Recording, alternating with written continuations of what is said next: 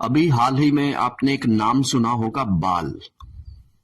अब आपको बाल के बारे में बता दूं कि आप न्यूज चैनल्स देखेंगे तो आपको पता लगेगा कि ईरान के अंदर जो प्रोटेस्ट चल रहे हैं, जो वॉर चल रही है, वहां पर एक बकरे की शक्ल का एक आदमी, जिसे वहां का देवता बताया जाता है, जिसका नाम है बाल, ठीक है, उसके स्टैचू को आग लगा दी गई।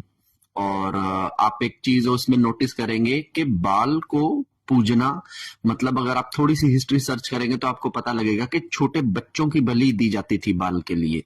छोटी छोटी बच्चियों का रेप किया जाता था बाल के लिए। और ये चीज करना अलाउड करता है वो बाल। अब आपको लगेगा कि वो कोई देवता होगा जो बारिश करवाएगा।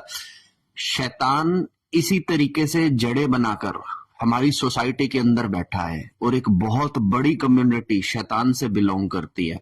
आपको क्या लगता है, देवताओं और राक्षसों की जो लड़ाई चलती थी, तो इनकी जो नस्ल थी वो कहां चली गई? ये नस्ल आज हमारे बीच में ही जिंदा है, इंसानों के रूप में। और ये जो नस्ल है, इसने सबको बर्बाद करने का ठेका लेके रखा है, ठीक है ना? तो हमें लग रहा है कि हम देवताओं की पूजा कर रहे हैं, लेकिन कुछ लोग ऐसे हैं जो शैतानों को देवता मानकर भी उनकी पूजा कर रहे हैं। और ऐसे लोग मिडिल ईस्ट के अंदर क्या, पूरे वर्ल्ड के अंदर एग्जिस्ट करते हैं। ये बकरे की शक्ल का जो इंसान है, ये एक बहुत बड़ी शैतान कम्युनिटी से बिलोंग करता है।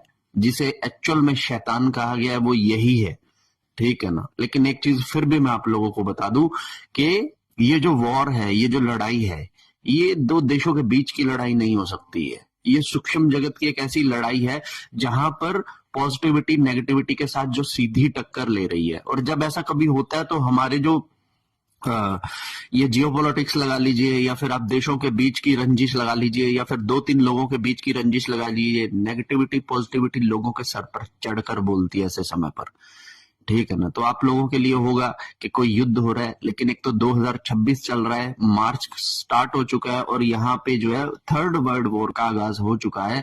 और ये जो थर्ड वर्ल्ड वॉर है, मैं साफ कहता हूं कि सूक्ष्म जगत में इसका अभ्यास हुआ है, और सूक्ष्म जगत की ही बहुत सारी एंटिटीज इसमें इंक्लूड्स हैं। तो अगर आप लोग ईश्वर पे विश्वास रखते हो, ईश्वर पे बिलीव करते हो, तो ईश्वर को हमेशा ध्यान, ताकि कोई भी नेगेटिव ऊर्जा किसी भी तरीके से आपका नुकसान ना पहुंचा सके। ये लड़ाई देवताओं और राक्षसों के बीच की लड़ाई है। यहाँ पर इंसान बीच में सिर्फ पिसने के लिए ही आया हुआ है। तो कोशिश कीजिए कि आप अपने ईश्वर को हमेशा याद कीजिए, जाप कीजिए, मेडिटेशन कीजिए, और बुरे लोगों से और बुराई से हमेशा बचकर रहिए। हर हर महादेव।